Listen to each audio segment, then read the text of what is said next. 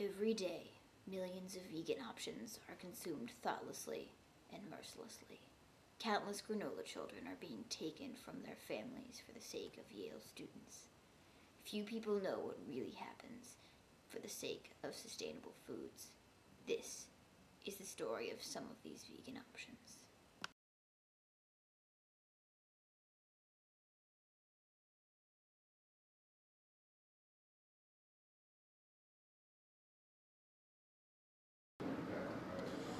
I remember when things were good, when things were normal. Nuts, raisins, granola, living in harmony. My family wasn't rich, but we got by all right on what we had, until they came for them. My mother was made into Smart Start. My father into a Nature Valley granola bar. The last time I saw my sister, she was being, I'm sorry, she was being suffocated by yogurt. It has to be stopped. People just can't keep looking away. The global vegan project towards total vegetable and grain annihilation has to be stopped. Yeah, vegan options are really great. They're tasty, they're filling, they really stimulate my taste buds in ways that meat options can't really, and they make me feel really healthy and strong and bring my spirits up when I eat them. So I know that I'm doing something good. You call it a dish. You put it in your sandwich. You put it in your salad. You call them vegetables. I call them life. And somewhere, there's a delicatessen, there's a cafeteria, there's a restaurant, placing these lives down upon the altar of our appetites. And I tell you something, there are endless fields where these lives are grown, where they're left to rot out in the sun and be pecked apart by pests, only to be harvested and left all alone on our plates. People say that we shouldn't eat animals. I say we shouldn't eat vegetables either. Look at these fruits and vegetables. Look at these beautiful families, these smiling young faces full of promise. Imagine if you were taken away from your home in the field or the forest and chopped up for salads, violated for the sake of a banana split, or even just left to wither away in the refrigerator.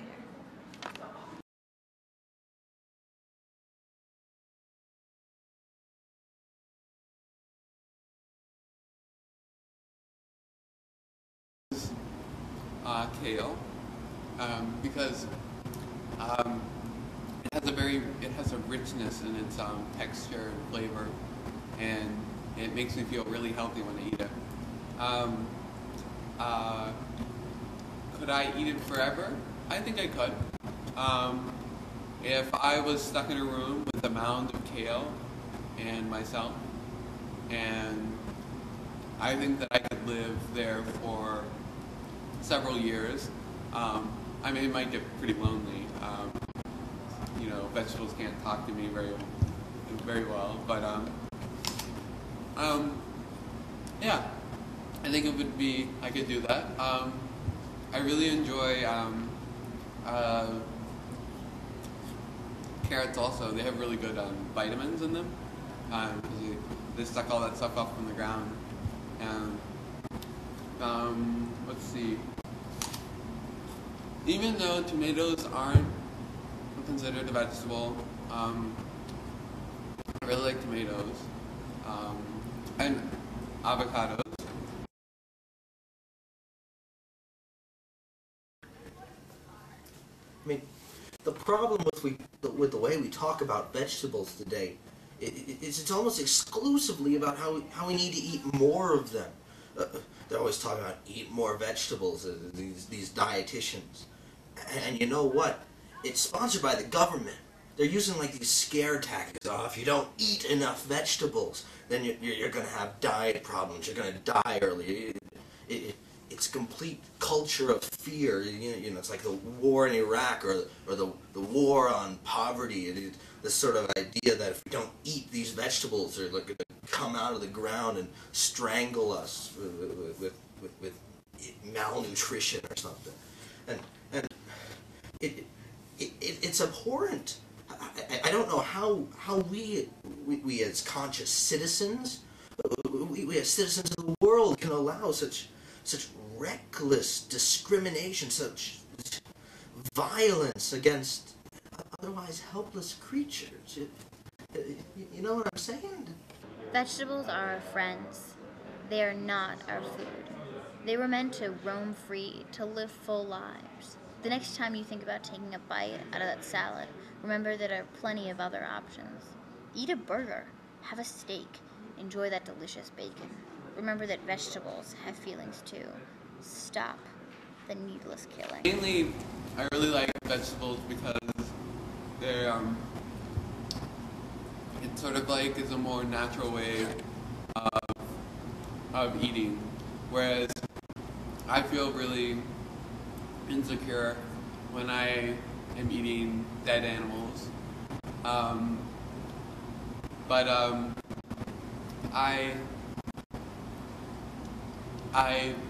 I don't mind eating vegetables since they don't have feelings.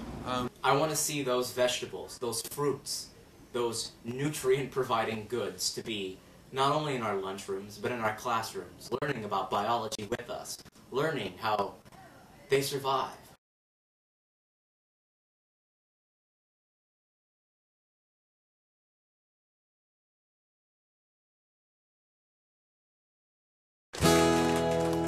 Listen up, brothers and sisters, come hear my desperate tale.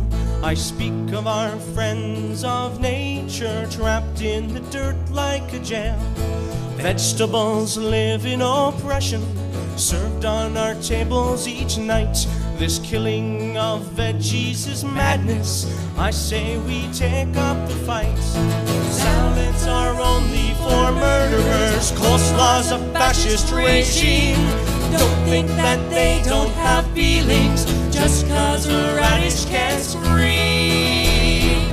I've heard the screams of the vegetables, watching their skins being peeled, having their insides revealed, weighted and steamed with no mercy. How do you think that feels? That it hurts really bad. Carrot juice constitutes murder, and that's a real crime. Greenhouses, prisons for slaves. My vegetables It's time to stop all this gardening. It's dirty as Let's call a spade a spade. is a spade, is a spade, is a spade, is a I saw a man eating celery, so I beat him black and blue. If he ever touches a sprout again, I'll bite him clean in two. I'm a political prisoner, trapped in a windowless cage, 'cause I stopped the slaughter of turnips by killing 5 men in a rage. I told the judge when he sentenced me, this is my finest hour. I'd kill those farmers again just to save one more cauliflower.